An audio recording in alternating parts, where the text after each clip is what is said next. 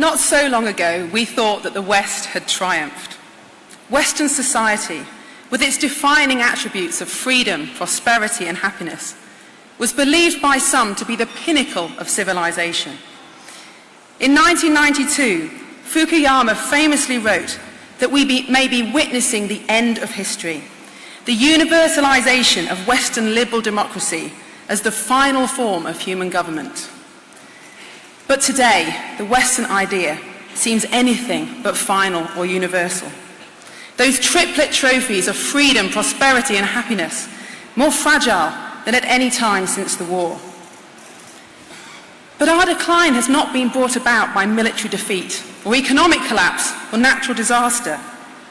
Rather, it's come from within, from the fraying of our social fabric, the network of associations that holds together our families, our neighbourhoods, and our nations. The surest sign of Western decline can be found in the evidence of demographic change.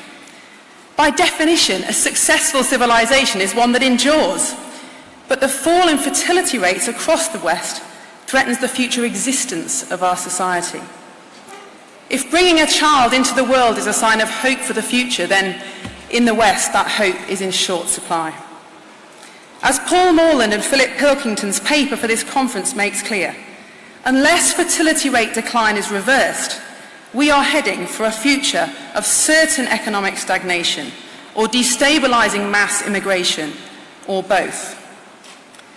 But we don't need warnings about the future to alert us to decline. We can feel the social fabric fraying around us at every level of society, family, neighborhood, our nations. Our social covenant, that shared understanding of identity and responsibility, is under strain.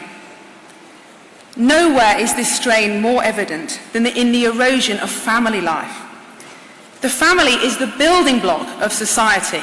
The family is the unit that ensures children are fed, loved, protected, nurtured, and raised in the virtues they need to become the responsible citizens of tomorrow.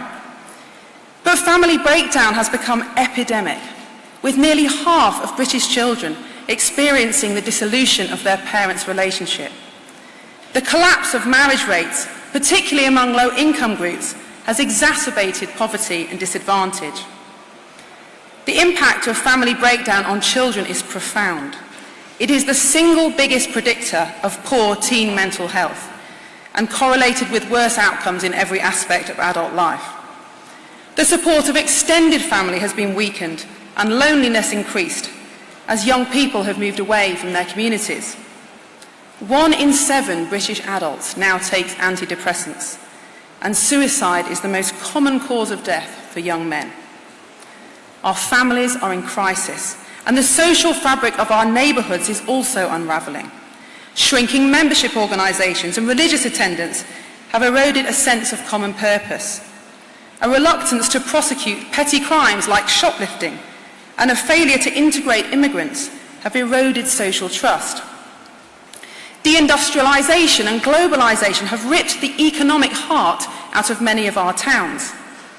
At its peak, the steelworks in Stocksbridge, a town in my constituency, was not only the source of good employment for over 10,000 local men, it also founded many of the town's civic institutions. Fewer than 750 people now work in that steelworks. And as manufacturing has declined, communities have been left bereft, without a shared economic endeavour. Our families, our neighbourhoods are caught in a spiral of decline. And our nations, well, the last few weeks have shattered any remaining illusions that our nations are cohesive or united, as those who hate the West have marched on many of our great cities. A kingdom divided against itself cannot stand. At every level, family, nation, neighbourhood, we are increasingly weak and divided. Unless we can find a way to repair our social fabric, the decline will surely be terminal. So how did this decline occur? How, in the pursuit of freedom, prosperity and happiness, are we losing all three? Well, the trauma and the suffering of the world wars gave way to hedonism. After witnessing the appalling consequences of authoritarianism, we were determined to end all forms of oppression. But in doing so, we began to mistake all boundaries for tyranny. throwing off established, shared norms and values that were the source of our freedom rather than its antithesis. Boundaries such as marriage, the sanctity of life, parental responsibility, shared heritage and traditions, duty to our nations. Without these cultural guardrails, our social fabric unravelled. And in the words of my friend Danny Kruger, the order of our mutually dependent common life together gave way to the idea of the individual as a fully autonomous agent. The idea began to distort the noble aims of freedom, prosperity, and happiness. Where once we understood freedom as possessing the virtues to control and regulate our desires, we now perceive it as the right to complete individual autonomy, even freedom from material reality.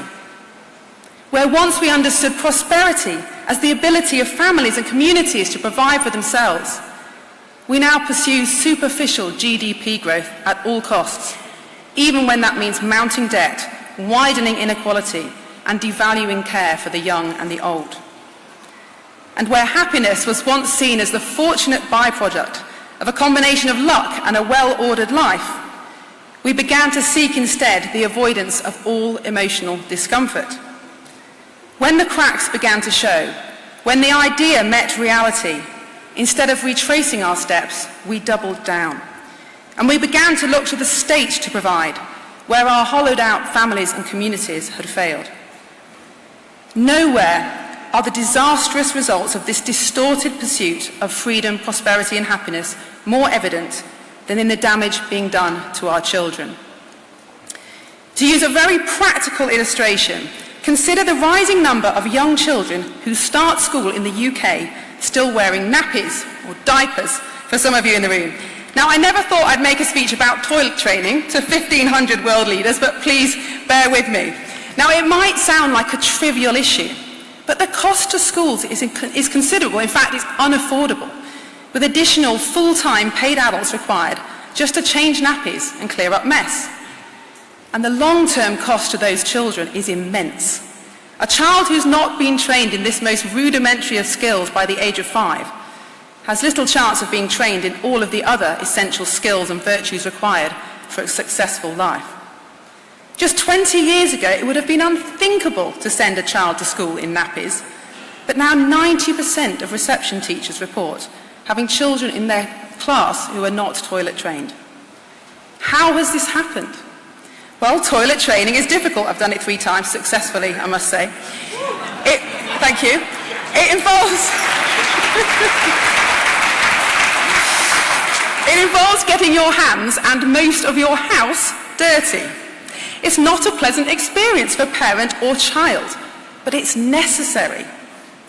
From parents, it requires the sacrifice of individual autonomy to stay physically close to your child at all times. Potty training can take weeks of dedication to the task.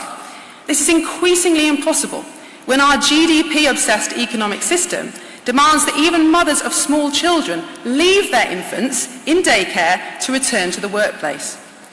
And successful potty training requires a firm belief that a child's emotional discomfort is sometimes necessary in the short term for his or her long-term best interests. But our understanding of happiness has become so distorted that many parents now believe they should do whatever it takes to shield their child from discomfort, a belief that's incompatible with successful potty training or indeed the training of a child in any virtues. In a number of other different trends, soaring childhood obesity, smartphone addiction, children who believe they can change their gender, or those who are addicted to violent pornography, we see the consequences for children of the fraying of our social fabric. We now have an emerging generation who have never experienced the security of a strong social fabric, who've lost hope in ever enjoying the same freedom, prosperity and happiness as their parents and grandparents.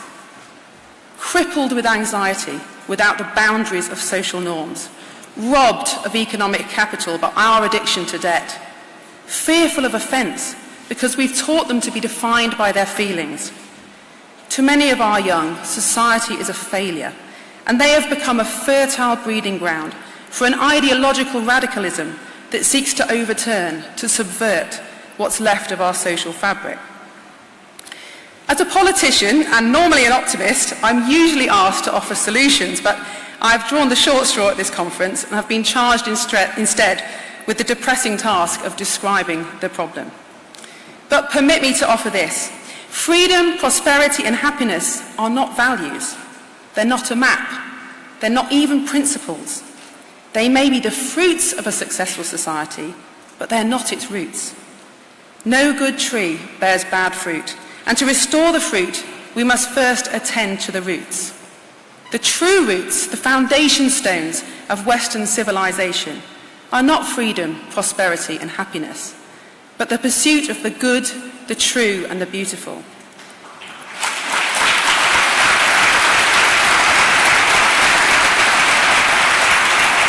This was our story, and over the next few days we will explore together how it can be our better story again. If we seek first the good, the true and the beautiful, perhaps true freedom, prosperity and happiness can be ours once more. Thank you.